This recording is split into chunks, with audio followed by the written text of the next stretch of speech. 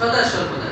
তা আমি আজকে একটা বিপদে পড়ছি, আমি এখন বিপদে পড়ে আমার দ্বারা নামাজ ছুটবে, কারণ আমি যদি যে দুনিয়ার যে বিপদে পড়ছি, এই বিপদের যে অনেক বড় বিপদ হলো নামাজ ছেড়ে দিলে। আমার ভিতরে যখন ঈমান মজবুত হবে যে একটা নামাজ ছাড়লে কি পরিমাণ ভয়ঙ্কর শাস্তি, আর একটা নামাজ পড়লে কি পরিমাণ লাভ, তখন দুনিয়ার কোনো বিপদ আপদে আমার থেকে একটা নামাজ ছুটবে না, একটা দিনের কাজ ছুটবে না, আমার দৈনন্দিন যে ওজিফা আছে, আমল আছে, আমলগুলো ছুটবে না। যে দুনিয়ার এই বিপদ, এগুলো না হইলেই আসলেই বা কি, এগুলো না থাকলেই বা কি। আমার তো মূল কামিয়াবি সফলতা তো হলো আমাদের মধ্যে আল্লাহ তাআলার সাথে, আল্লাহ তাআলার হুকুমের ভিতরে রাসূল সাল্লাল্লাহু আলাইহি ওয়াসাল্লাম তরিকার ভিতরে। এই জন্য ভাই ঈমানকে মজবুত করা, দ্বীন মজবুত করা, দ্বীনের ভিতরেই সুখ শান্তি সফলতা কামিয়াবি। আল্লাহ তাআলা আমার আপনার সুখ শান্তি সফলতা কামিয়াবি দ্বীন মানার ভিতরে রাখছেন।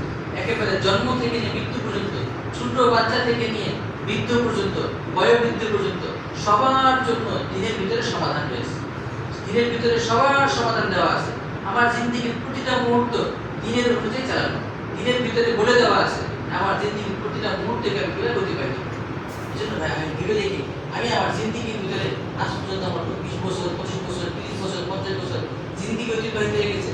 জিন্দেগির ভিতরে কয়টা ঘন্টা আমি এই দিনের কাজ করছি, যে আমি জিন্দেগির কয়টা ঘন্টার ব্যাপারে আমি জানছি যে এই ঘন্টা, এই মুহূর্ত, এই মিনিটটা আমার কি করণীয় ছিল।